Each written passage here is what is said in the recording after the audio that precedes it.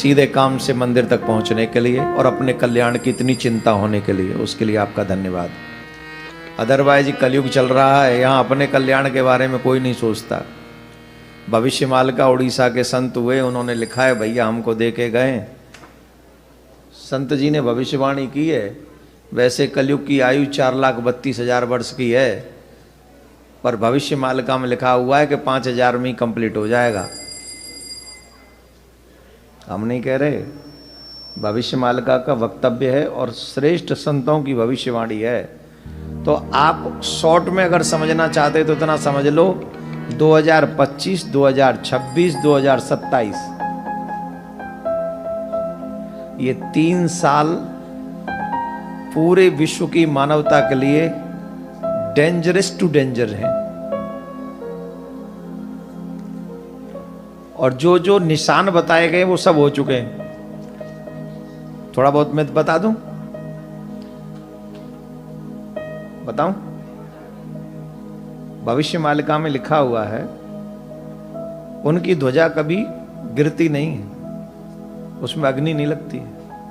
और मंदिर, वो पहला मंदिर ऐसा है जगन्नाथ प्रभु का, जिस मंदिर पर कोई भी जो अपवित्र पक्षी हैं वो बैठते नहीं हैं।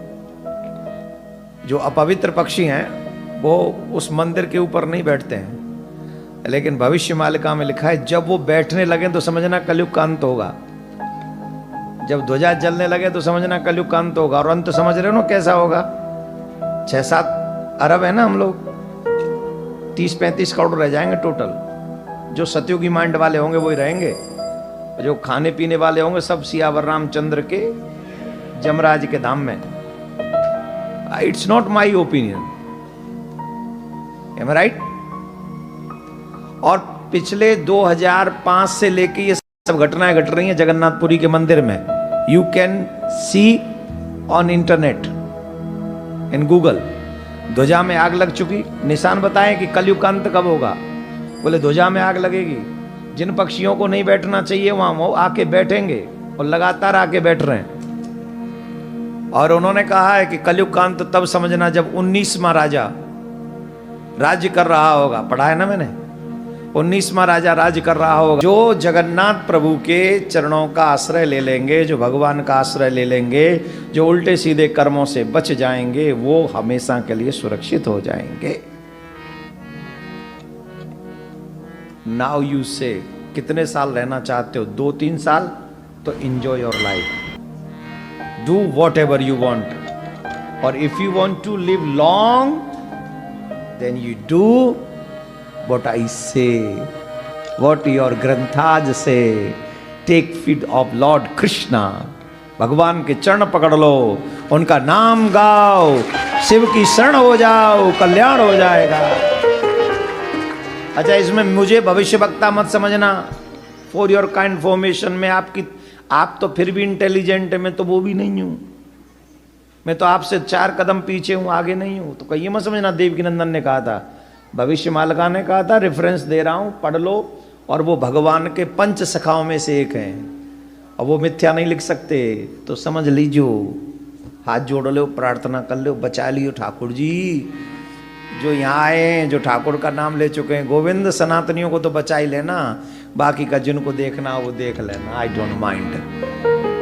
हाँ, 57 और 89 को तुम देखना, हम पे तो एक भी कंट्री नहीं है सरकार, हम तो विदाउट कंट्री जी रहे। राधे राधे बोलना पड़ेगा। राधे। तो हमारे पास कितना समय बचा है? 25, 26 और तो कितने साल हैं हमारे पास? जो ठाकुर जी के हो जाएंगे उनको 30 भी मिल सकते हैं, और जो ऐसे ही रह गए तो वो भविष्य मालिका में लिखा है 25, 26, 27। और माहौल तो ऐसा ही बन रहा है फिलहाल। तो 3-4 जगह पे युद्ध चल रहा है। एक भी पागल सटक गया, कसम से वर्ल्ड में भयंकर तबाही हो सकती है, क्योंकि सब पे परमाणु रखा है। एक पागल की दिमाग खिसक जाए और 3-4 पागल हैं इकट्ठे। आप कॉर्नर देखिए, मजाक नहीं कर रहे हैं हम।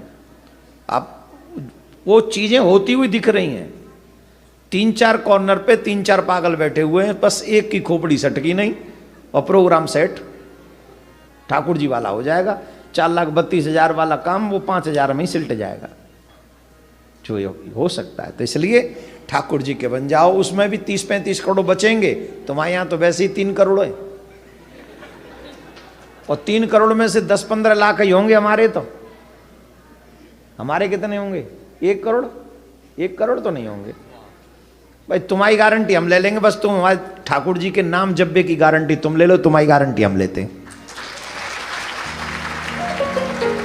जितने भी सनातनी हैं, चाहे वो समुद्र के पार रहते हो, सीमा के लिए कोई सीमा नहीं है। मैं दावे से कहता हूं, मैं आपका हूं और आप मेरे हैं। आप सब सनातनियों के लिए सुरक्षित रहने के लिए मैं अपने ठाकुर जी से प्रार्थना करता हूं, आपको ठाकुर जी मेरा सुरक्षित रखे।